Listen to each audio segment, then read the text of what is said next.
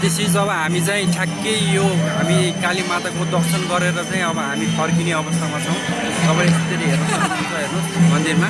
अब हामी यहाँबाट फर्किँदैछौँ। फर्किँदै गर्दाखेरि चाहिँ अब अघि हामी यतापट्टिबाट आएको थियौँ भनेदेखि चाहिँ अब अहिले चाहिँ अब यतापट्टिबाट जाँदाखेरि तपाईँको देखिन्छ। अब म चाहिँ कालिका मन्दिर, बागलुङ कालिका मन्दिरबाट अब पूजा दर्शन गरेर तलतिर अब हेर्नुहोस् यहाँ घन्टीहरू देख्न सकिन्छ। घन्टी बजाएको हामी यसरी पाएसम्म घन्टी बजाउँदै हिँड्ने चलन रहेछ यहाँ है। ल म घन्टी बजाउँछु है।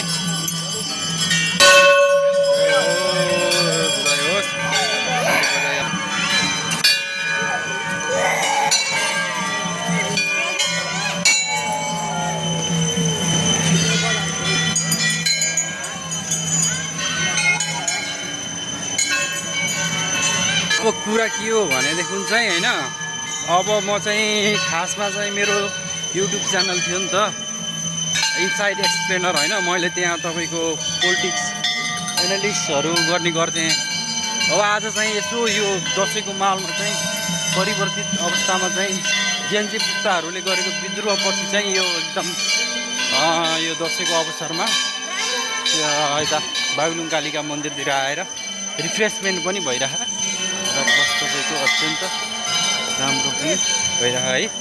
हेर्नुहोस् अब तपाईँको यति देख्न सक्नुहुन्छ।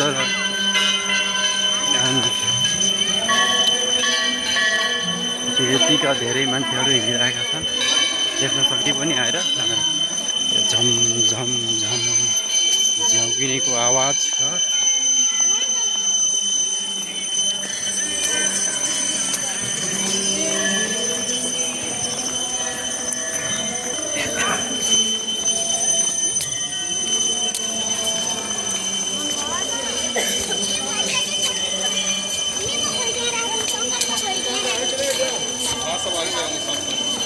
जय जय जय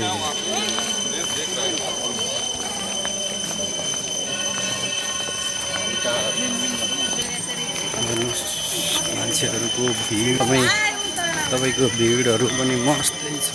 कति सुन्दर, कति हरियाली यो बागलुङ कालिकाको परिदृश्यले मनै लोभ्याउने छ तपाईँको है। अब हामीले यसरी हेर्न सक्छौँ। हेर्दाखेरि तपाईँको केही धेरै मान्छेहरू आइरहनु भएको छ।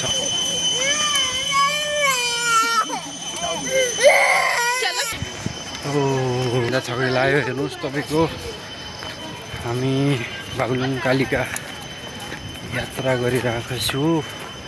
अब म तपाईँहरूलाई थुप्रै यस्ता दृश्यहरू देखाउँछु। तपाईँको बागलुङ पर्वतका ठाउँहरू कडा गाइस होइन, मजाले देख्न सकिन्छ। बहुत तपाईँको यो थपी लागिरहेको छ। अब हामी बाहिर जाने द्वारमा निक्लिसकेका छौँ है। हेर्नुहोस् न कस्तो वातावरण छ कि यो हो नि त।